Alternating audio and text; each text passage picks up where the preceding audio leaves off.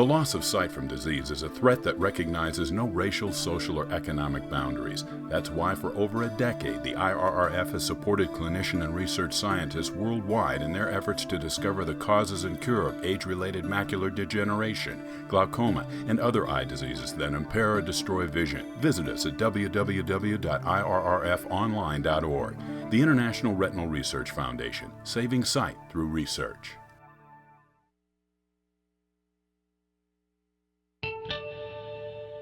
For 65 years, Alcon has partnered with eye care professionals to preserve, restore, and enhance sight globally. Alcon continues to innovate in treatment of the world's leading cause of preventable blindness, cataracts.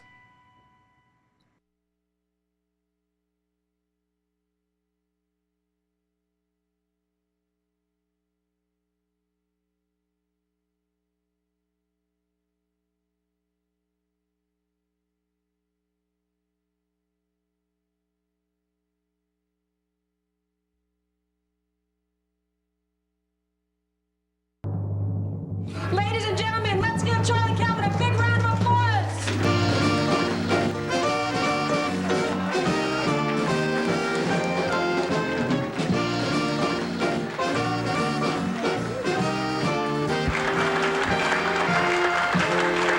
Thank you. Welcome to the longest standing bar mitzvah in New York. Why me? I mean, look at me. Here I am on a makeshift stage. Who was Charlie Kelman? A lot of people thought he was just a charlatan. Who is this damned upstart? A nutcase. He just did not care what people thought about him. You know, people say to me, Charlie, you're a doctor. What are you doing up on the stage?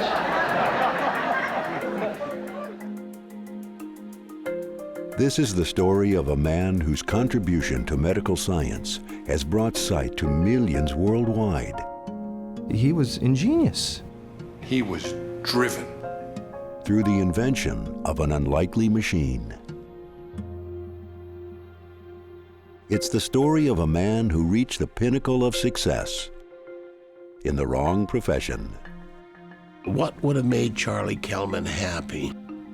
No matter what success he achieved, and he achieved great success, he still did not feel fulfilled. He wanted to be a star. Charlie was a peculiar combination, the showman and the inventor, two sides of this one personality. To achieve what he achieved, he needed both sides.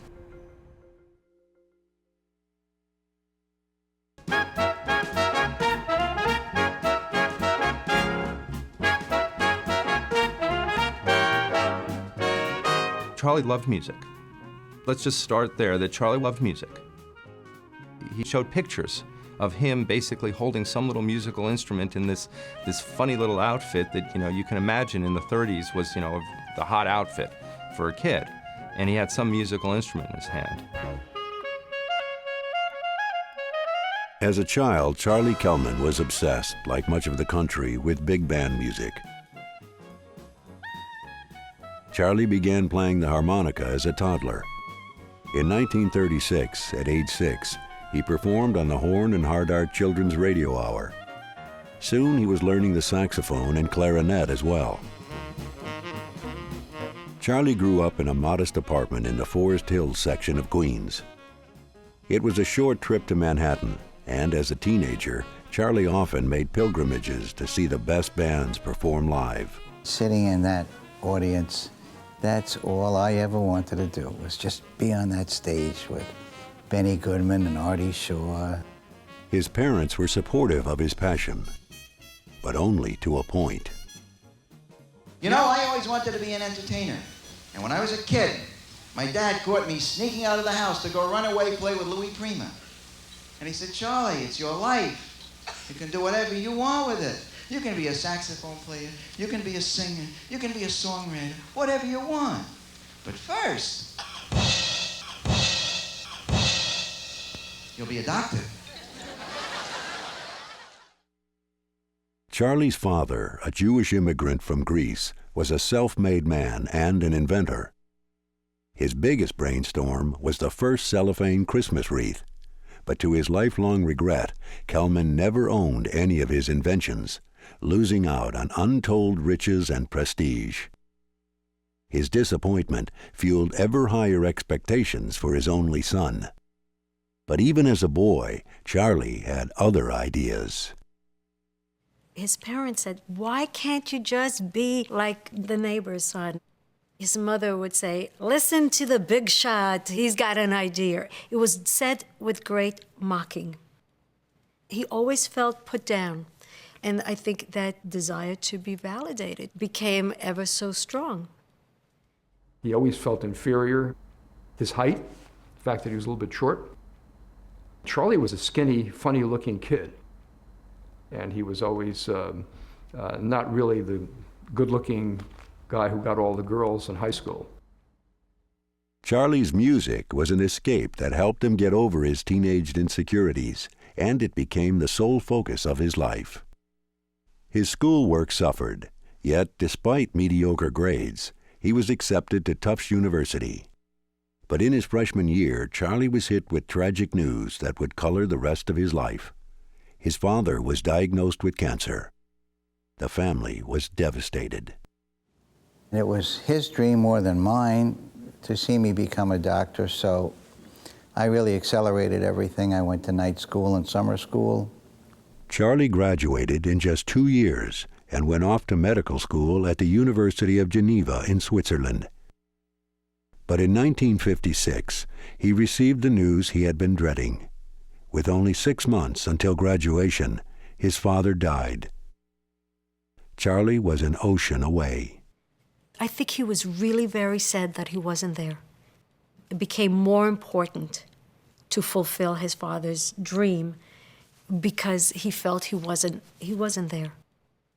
After completing his medical degree, Charlie returned to the U.S. and was faced with the challenge of choosing a residency.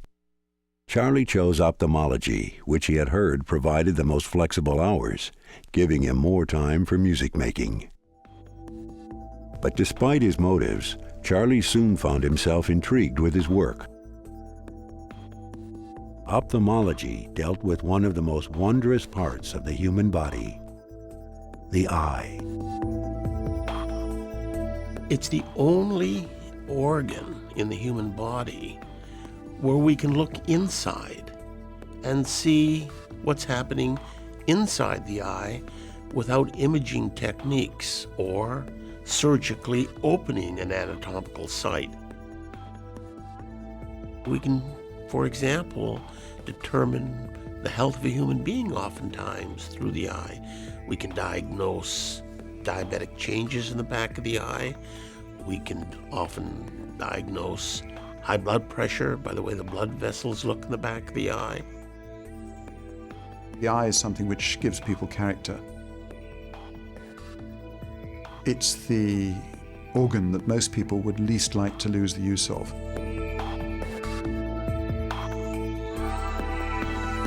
There's a great deal of mysticism about the eye. From ancient Egyptian manuscripts, the eye was part of the sacred system, the eye of Horus, the eye that you see on the dollar bill. There's a mystic connotation. You don't hear that from gynecologists, you don't hear that from proctologists or orthopods, but the eye you can talk about. It's a mystical symbol. Nancy, I'm going to take the bandage off. We can take people who are losing their vision and we can restore their vision with a surgical procedure. That's very emotional. Whether you do it twice or 10,000 times, it's still as magical. It never, ever, ever gets stale. It never, ever gets old. Charlie. The results are relatively instantaneous. I see the patient who cannot see, who is blind, and within minutes after surgery, they're seeing. They say, "Oh, this is the most wonderful thing," and I love that reaction. It's like audience applause. "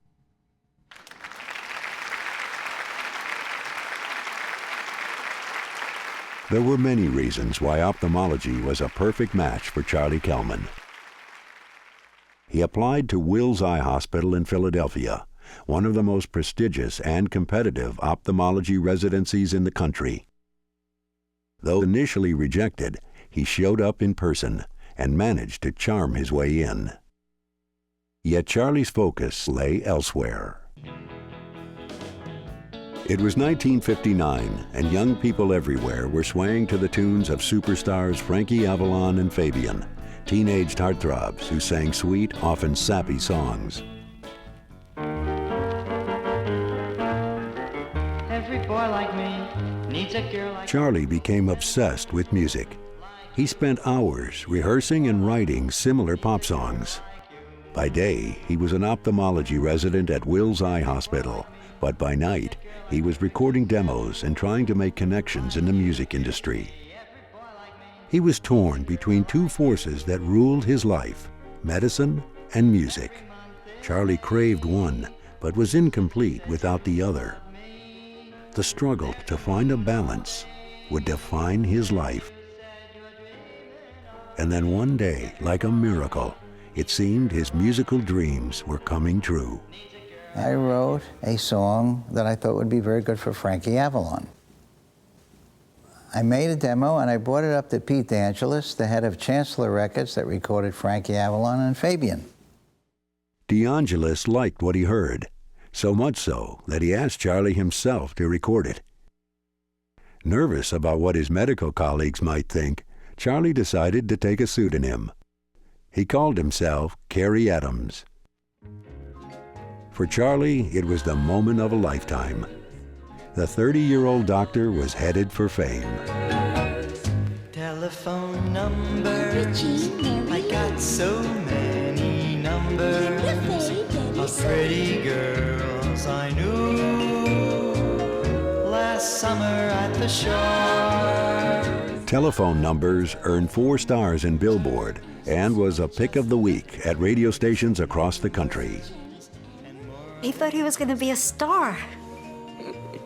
I think he was hoping that Kerry Adams was going to make it big. Then medicine would be the sideline, and entertainment would be his full life thing.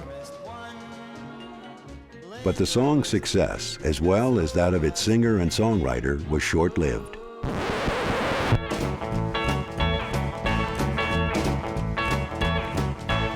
It was 1960.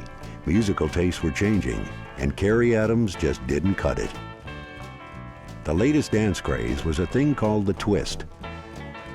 Sung by Chubby Checker, it rocketed to the top of the charts worldwide, and within days, pop music would never be the same. He blamed Chubby's entrance at the time just when he was going to get this hit. He said, he came in and just kicked me off the charts, and that was the end of the whole thing. Chancellor Records dropped Kerry Adams. Finally, Charles Kelman was ready to open his doctor's office.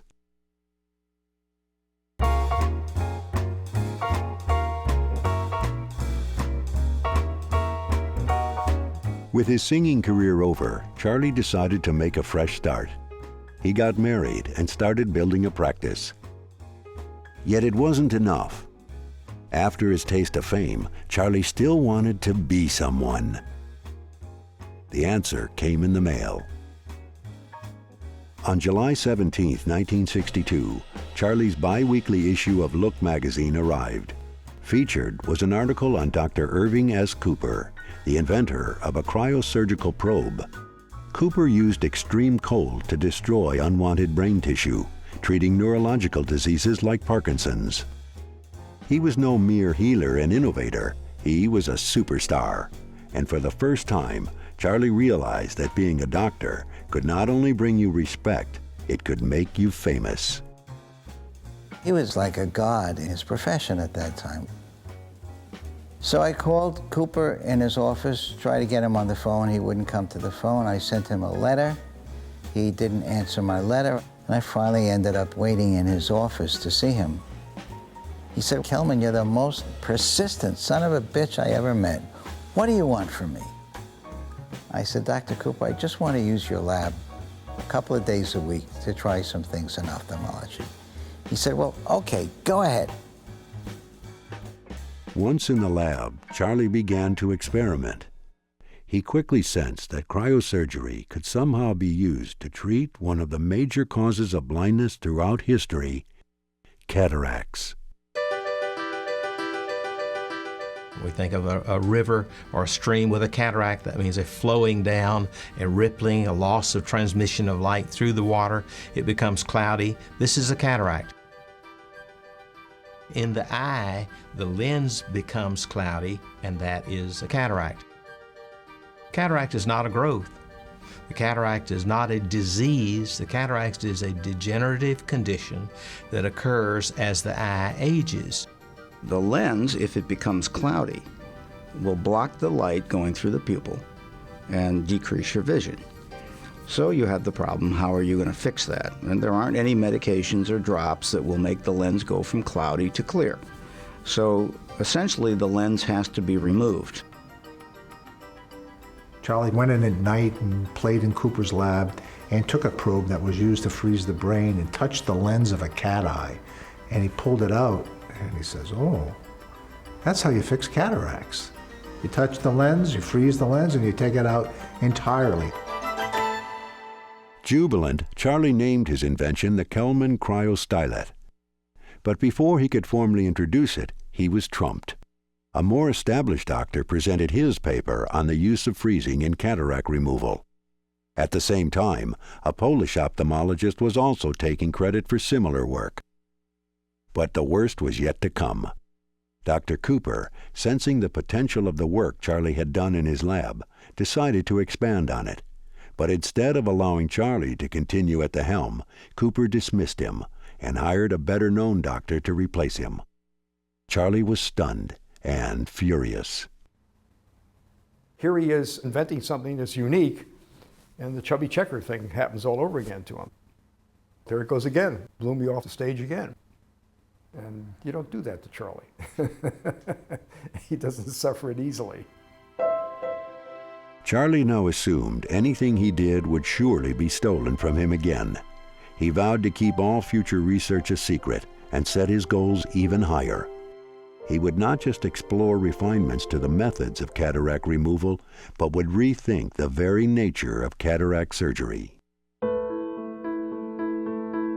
Dating back to the 1700s, cataract removal was one of the most common surgical procedures in the world. But it was also one of the most cumbersome. Cataract surgery had been more hammer and chisel. We used scissors to cut the eye open, blunt instruments for removing the cataract. The surgery required a large incision that went halfway around the eye. Recovery meant 8 to 10 costly days of immobilization in a hospital, followed by 4 to 6 weeks at home. And with the lens gone, the patient had virtually no chance of ever regaining clear vision again. And patients were given very thick glasses. They were called post-cataract glasses to replace the lens, the cloudy lens that was removed from the eye. That was the state of the art in the early 60s. When you put the thick glass on, it created a tremendous amount of problems. Everything was magnified.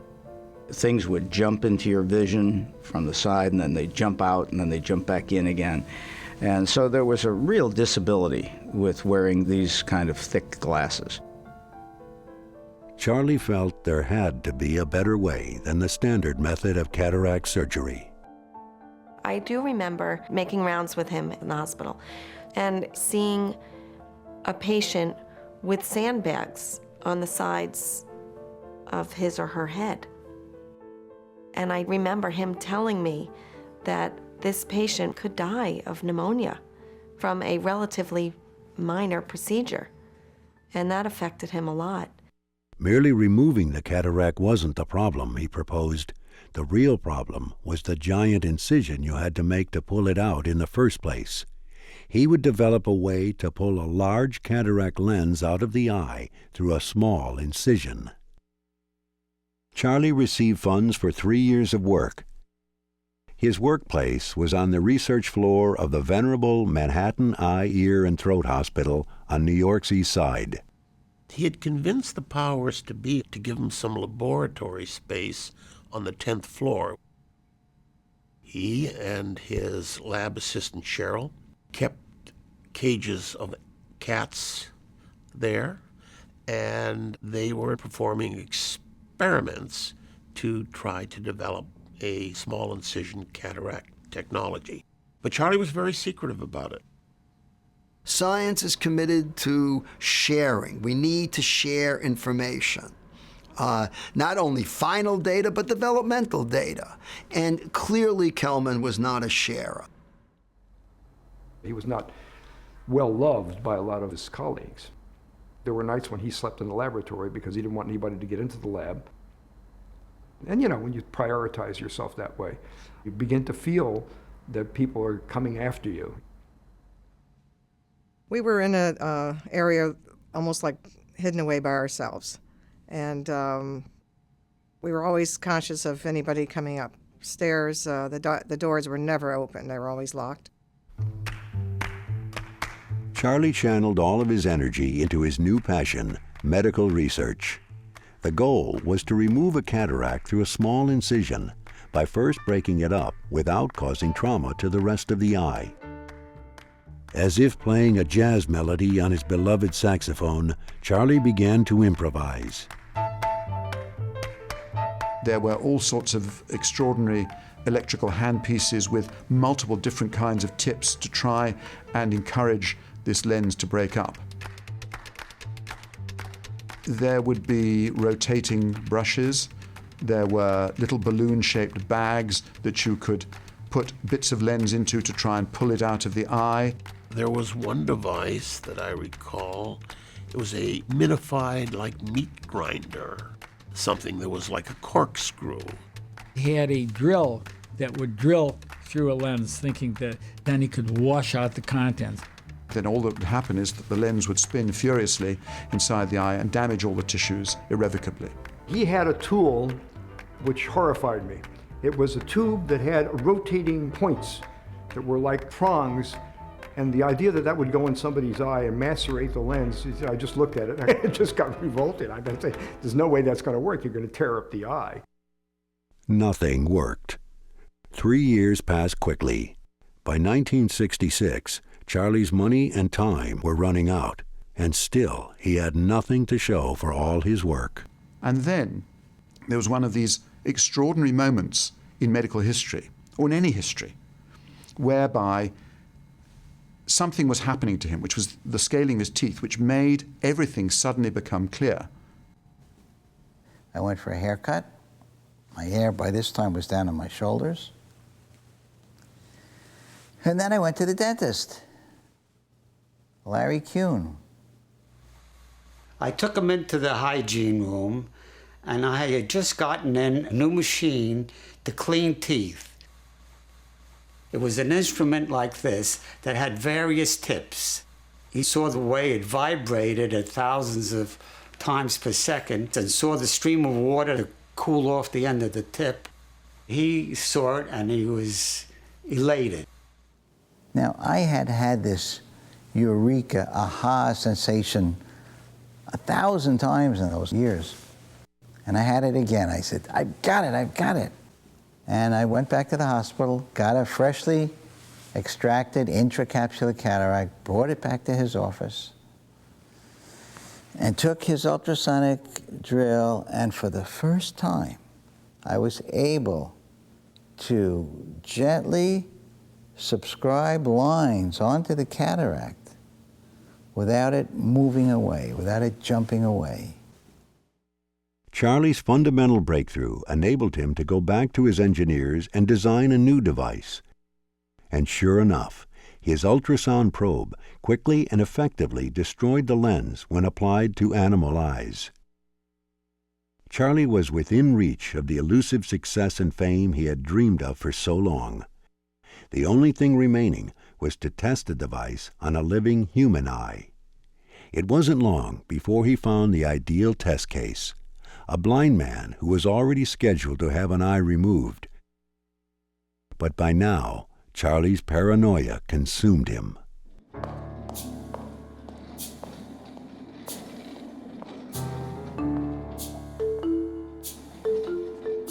We had to sneak around and be very careful that somebody didn't, catch us. Charlie was just not going to let this leak out because they'd take it away from him. There was a lot of cloak and dagger stuff that went on. He didn't want anybody to come between him and success with this technique. This piece of equipment was quite big. It wasn't just a small piece of instrument. I was ready to put it in the OR, and then for some reason I said, I can't do this.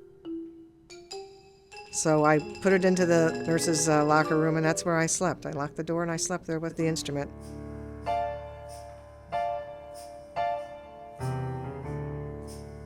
I just didn't know what was going to happen that night. I was scared to death.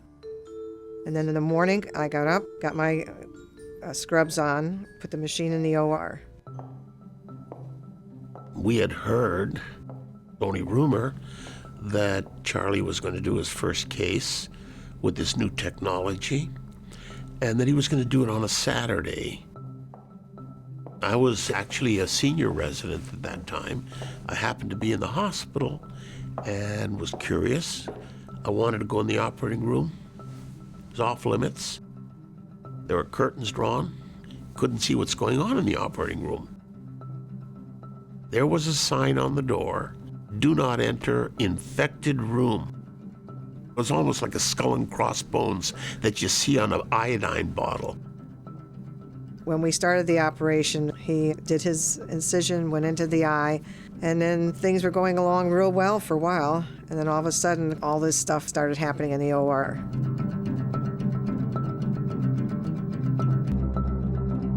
He would be churning inside all the time. The possibility of screwing up, of messing up the eye. His father's pressure, the pressure from his colleagues, the disbelief they all had in him. And that first surgery, those were all parameters. Charlie would hold the drill to go into the eye, and it was a heavy piece of equipment. And the longer you held it, eventually your hand just started shaking. Charlie would get upset, and he'd pull the drill out, and he would start sweating. He would slam some instruments down, but he finished the case, and he put a suture in the eye, and then he walked away. The operation took 4.5 hours, and the patient's blind eye was damaged in the process. Charlie realized he needed more time to improve the procedure before operating on another human being. Nevertheless, he was convinced he would ultimately succeed. If you're really as good as you think you are, then you can knock 'em dead. If you're really as good as you think you are, all the confidence is in your head. It's a world of illusion. It's a Hollywood masquerade. No one will know how scared you are if you put on a big charade.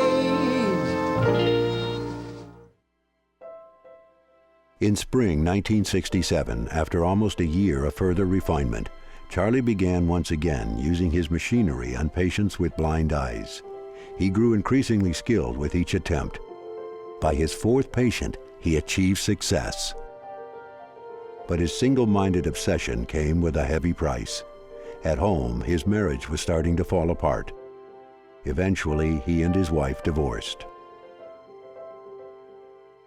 Charlie applied for patents on his invention. He called his new procedure phacoemulsification. Phaco from the Greek for lens, and emulsi meaning fine particles suspended in liquid. He then entered into a business relationship with Cavitron, the manufacturer of his prototype. Such a move was unheard of, potentially scandalous. I was taught in medical school that it was unacceptable to be involved with any of the business aspects of medicine, and that the focus was to be always the patient. That was very unique at that time. But I don't think that money ever dictated the reason Charlie pursued things. Money didn't motivate Charlie. Charlie's going to nail this one. He's got this one. This is his. Nobody's going to take it away from him. Nobody's going to kick him off the stage. This is, of course, the standard operation with the 180-degree incision and the sutures necessary to close that incision. This is the incision for this new operation, phacoemulsification. From the beginning, Charlie's plan was to bypass the mainstream conventions of the medical world and promote his radical technique his way. Charlie was so sure it was right, it colored everything that he did. And I asked him, you know, Charlie, why are you so rushed? Why do you not just publish the papers the way you would normally get something to be accepted? And he turned to me and he said, I don't have the time. He always felt the breath of the Grim Reaper on his shoulders. He always did. He felt like he was going to die at a young age because his father died at such a young age. And I think that kind of drove him a lot.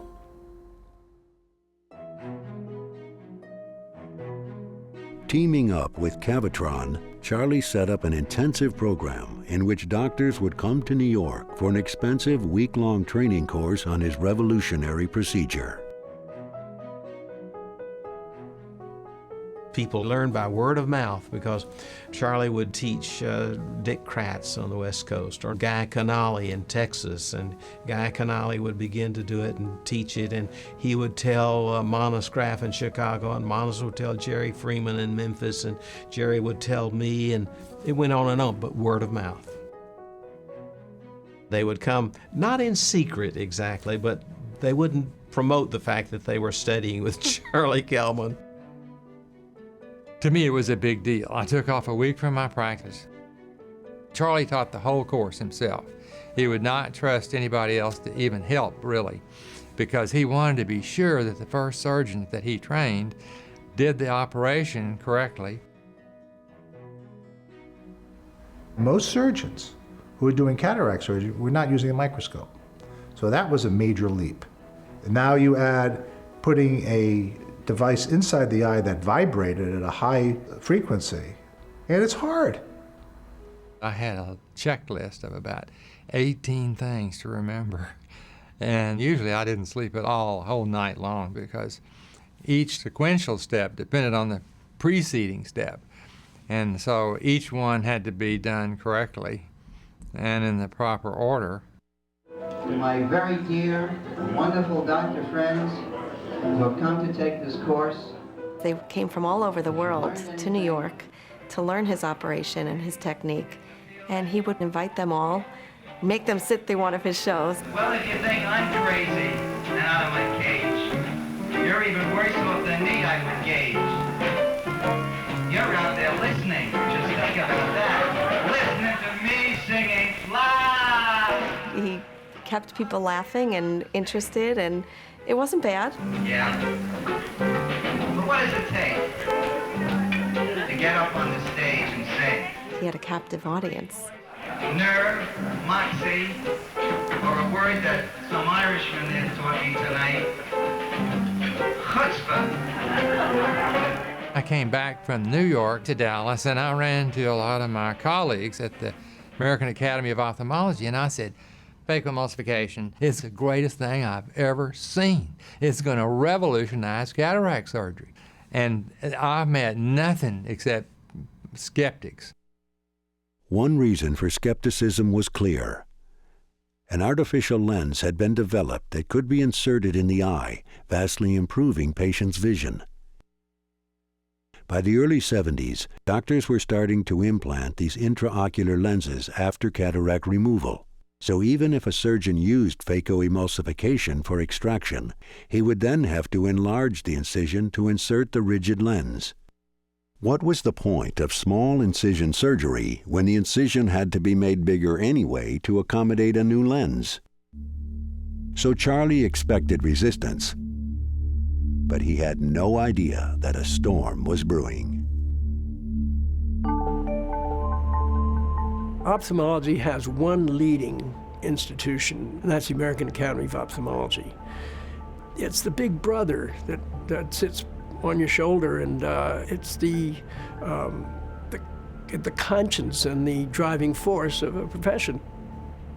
I think then it looked like the old Argentine system where a junta, or a small group of people, basically controlled the thought processes of information that was going to be disseminated as good and acceptable to the practitioners of the day. And Charlie was kind of intimidated. It's not surprising to know that the spokespeople of the Academy were not generally favorable to this guy who was not within the organization.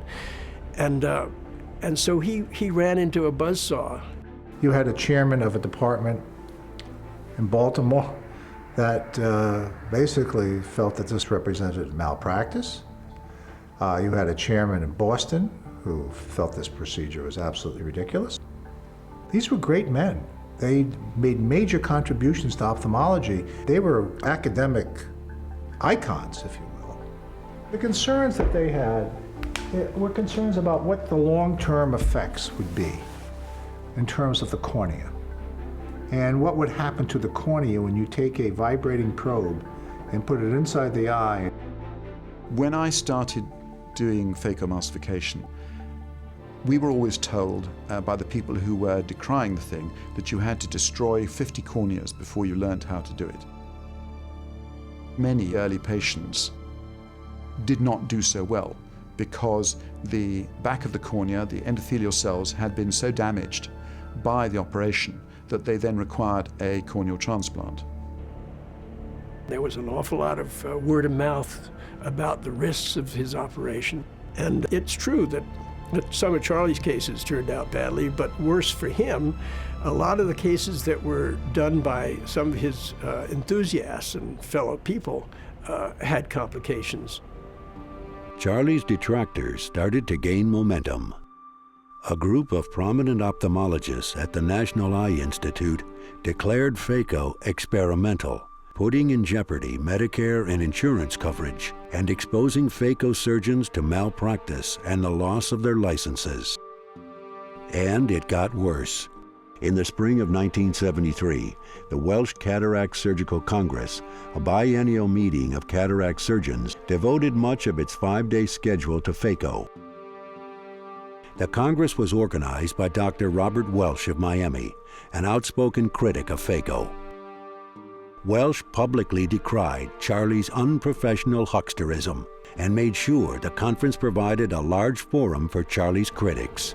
The 1973 Third Biennial Cataract Surgical Conference became the crucible in which phacoemulsification was thrust, whereupon it was left there to roast and boil. As we all filed into the auditorium before the session started, patients who had had horrible failures were brought to line up by the door.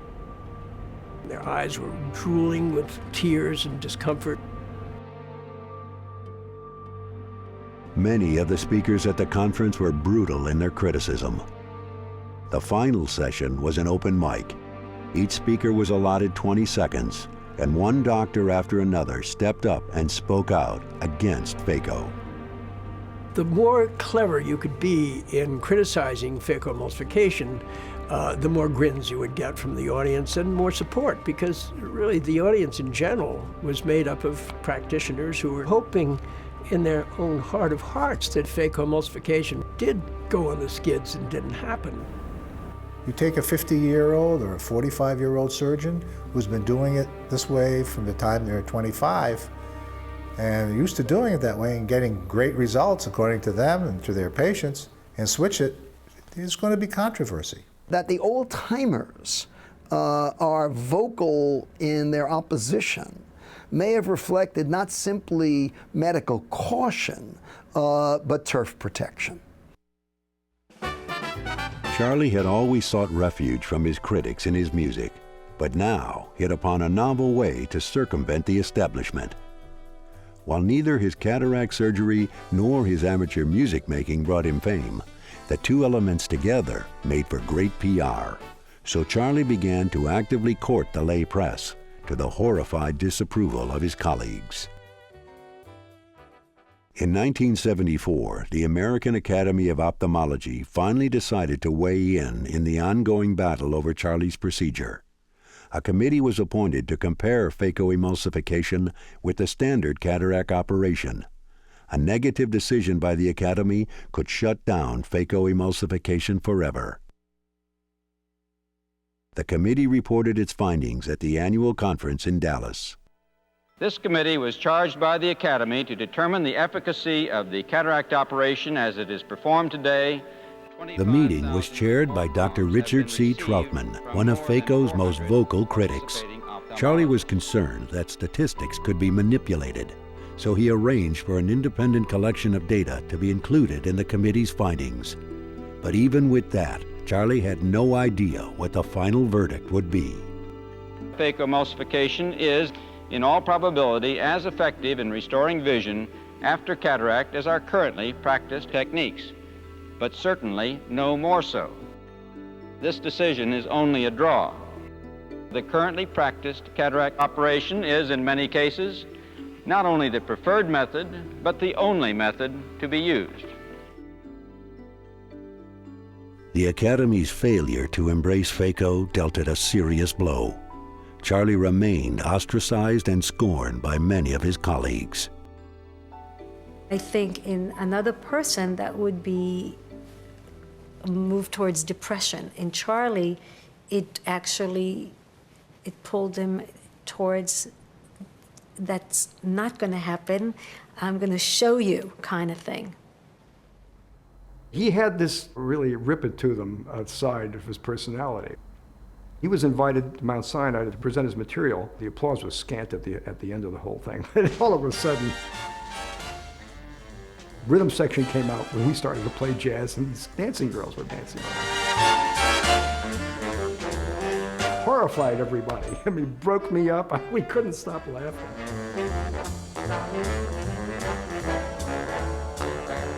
It was just right in their faces. Charlie basically spit in the eye of the establishment. You know, he'd wear high-heel shoes and a stripe down the side of his pants. This didn't help matters. With nothing left to lose, Charlie escalated his public relations effort. On February 21, 1975, ophthalmologists all over the country who happened to turn on their television sets at 11:30 p.m.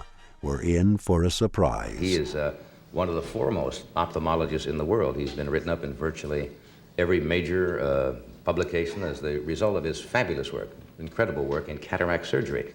Would you welcome Dr. Charles Kelman? He took his case to the public, and he took it right to the Johnny Carson show. I suffered from conjunctivitis and still do occasionally. Is there any cure for that? Is this a professional question? Oh. Let's see, taking into account the fee for here. This was like pouring kerosene on a fire. This was announcing it to the world. Hey, look, I just built a better mousetrap, and you better look at my mousetrap. You called me an ophthalmologist, which is great. I remember my residency, the chairman of my department, I tried to get the hospital to buy a phacoemulsifier, and he just refused because of his dislike for Charlie Kelman. And he just knew what kind of a man he was, and he wasn't going to have that instrument in the place.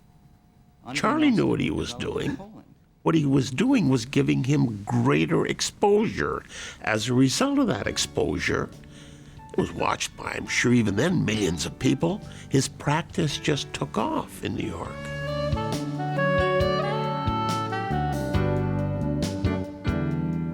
Charlie was invited on other national talk shows. The Saturday Review, Time, and People magazine all ran stories on his jazzy double life. And Charlie played the part, smoking cigars, wearing platform shoes and sideburns, and of course, playing his beloved saxophone. He thumbed his nose at the opposition, name-dropped celebrity patients, and raked in huge profits from his patent. It was a revolutionary period. There were multiple camps, and there were the people that adored Charlie for what his development was. There were people that were jealous of him for the money that was being made in the process. You can see where this kind of animosity can build. And so he had to suffer with that. Phacoemulsification certainly was a tumultuous ride, but there was an end point.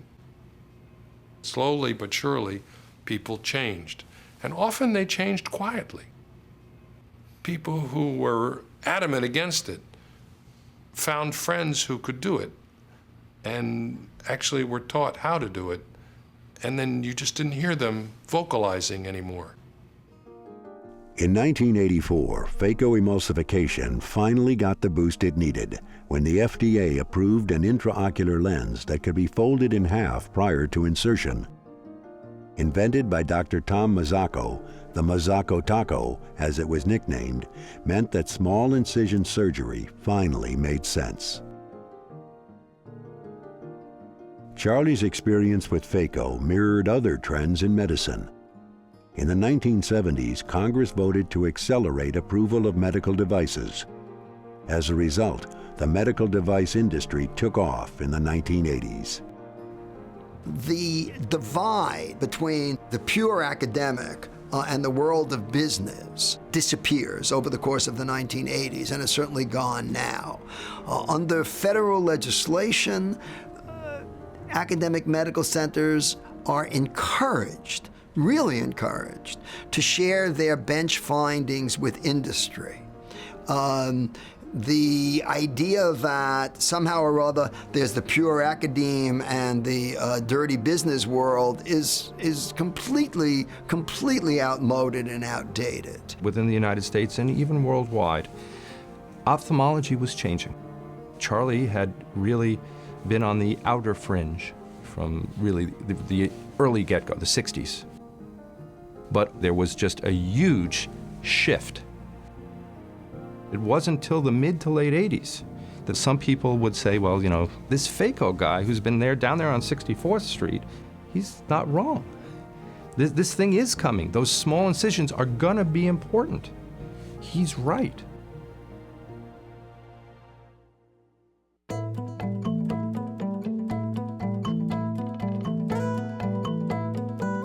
Charlie continued his practice and watched as phacoemulsification slowly became the norm for cataract surgery in the United States.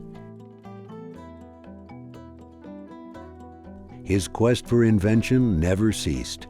He created his own intraocular lens and worked to refine a variety of surgical procedures and instruments for ophthalmology and other fields. Charlie remarried. Finally, it seemed, he could enjoy his success. He took flying lessons and he learned how to fly. And he took voice lessons so he could improve his voice. And he wanted to write a book. I want to show them the book so they don't miss this unusual but certainly compelling story through my eyes. The story of a surgeon who dared to take on the medical world. And you forgot to add "and won." That remains for the reader. Some people may think I lost. He was never fully satisfied. He had this insecurity in a way. He would say to me, I have this thought sometimes that they're gonna figure me out, that I'm not everything that they think that I am. And he was, but something inside of him. He always was a loner. Through his entire career, he really felt that he was doing everything on his own. I think Charlie yearned for the identity of the great contributor that he really was. And there was always this sort of hanging back of certain people who said, yeah, but he was a difficult fellow, or yes, Charlie was an egomaniac, or words to that effect. Charlie seemed to ignore the residual ill will from the phaco battles of the 70s. Medicine had never been his greatest passion, and now Having achieved a success far greater than even his father had dreamed, he turned his focus back to music. Often we would travel and we would be somewhere listening to great music on a cruise and in some fancy party. He would say to me, if it wasn't for my father, I would be that guy with the saxophone. Because it left to him, music was what he would have followed. If you had to pick one, which would you pick? Well, there are basic needs in life: clothing, shelter, food, love. But there's a need I don't think that's recognized, and that's a need for many people to do something else. And very often they go back to one of their childhood dreams. The Atlantis Cabaret Theater is pleased this evening to present Dr. Charlie Kelman.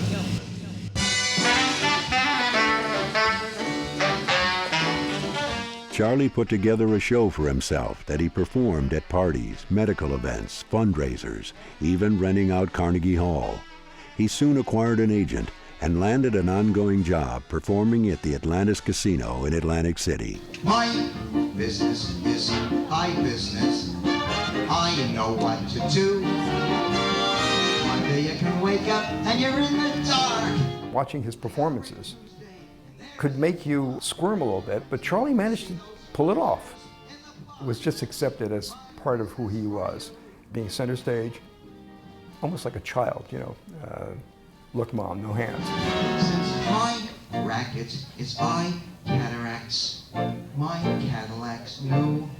By the 1990s, after so many years of being an outcast, Charles Kelman slowly began to be recognized for his accomplishments. I think he had resentments that people didn't accept him at face value.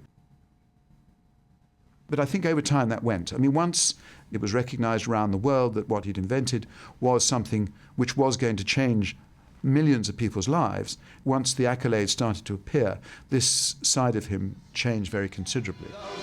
My business is high business. There's no business like show business, and that's why I'm here with you and you and you and you and you.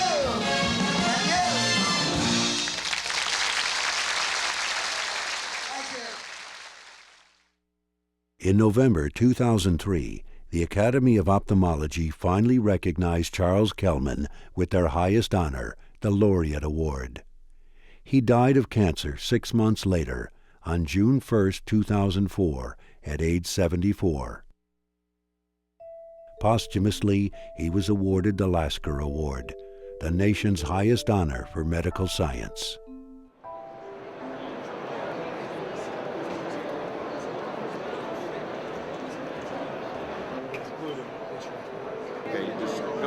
Charlie Kelman spawned an empire based on his procedure that continues to thrive to this day. Phacoemulsification is the most common surgical procedure in the developed world. There are thousands of businesses that specialize in phaco, and hospitals nationwide have shut down their eye inpatient departments.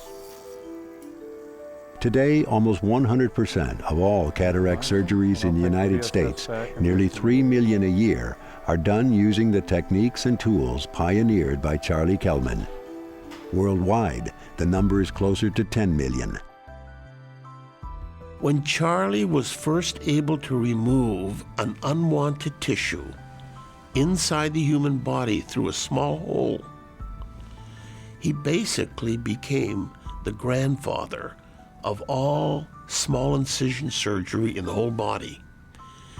And because of ultrasound phaco and removing cataract through small incision, many surgeons ultimately went on to adopt that philosophy in removing unwanted tissue anywhere in the whole body.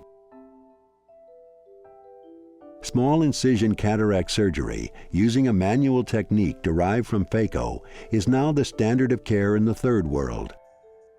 In places like India, where the average age of cataract onset is 45, the economic effects are stunning. Men and women who might still be blind are now able to continue contributing to society, saving untold billions in healthcare costs. Can you have problems? Sure, it's surgery. Can you lose eyes? Absolutely. I don't care who's doing it. But the vast majority of the time, it works. For the United States or for any industrialized nation where our lives depend upon our ability to see and to see well and to see well quickly, I think Charlie Kelman has changed the world.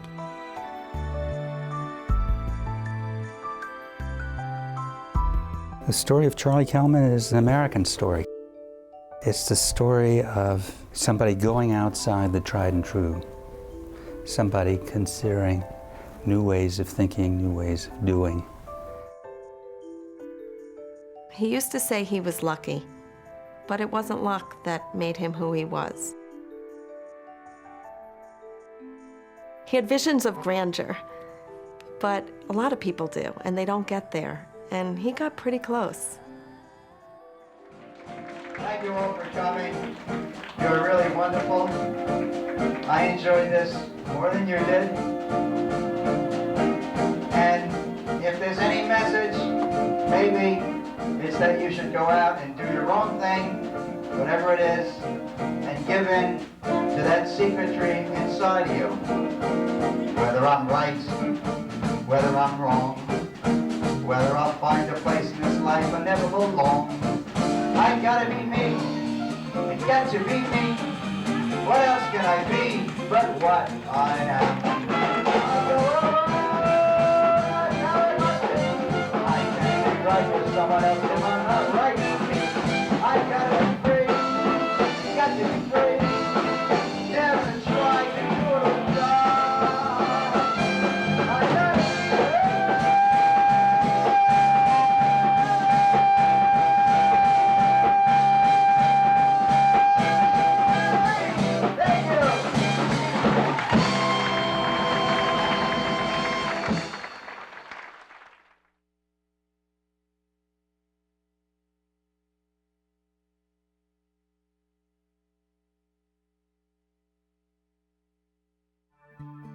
The loss of sight from disease is a threat that recognizes no racial, social, or economic boundaries. That's why for over a decade, the IRRF has supported clinician and research scientists worldwide in their efforts to discover the causes and cure of age-related macular degeneration, glaucoma, and other eye diseases that impair or destroy vision. Visit us at www.irrfonline.org. The International Retinal Research Foundation, saving sight through research. For 65 years, Alcon has partnered with eye care professionals to preserve, restore, and enhance sight globally. Alcon continues to innovate in treatment of the world's leading cause of preventable blindness, cataracts.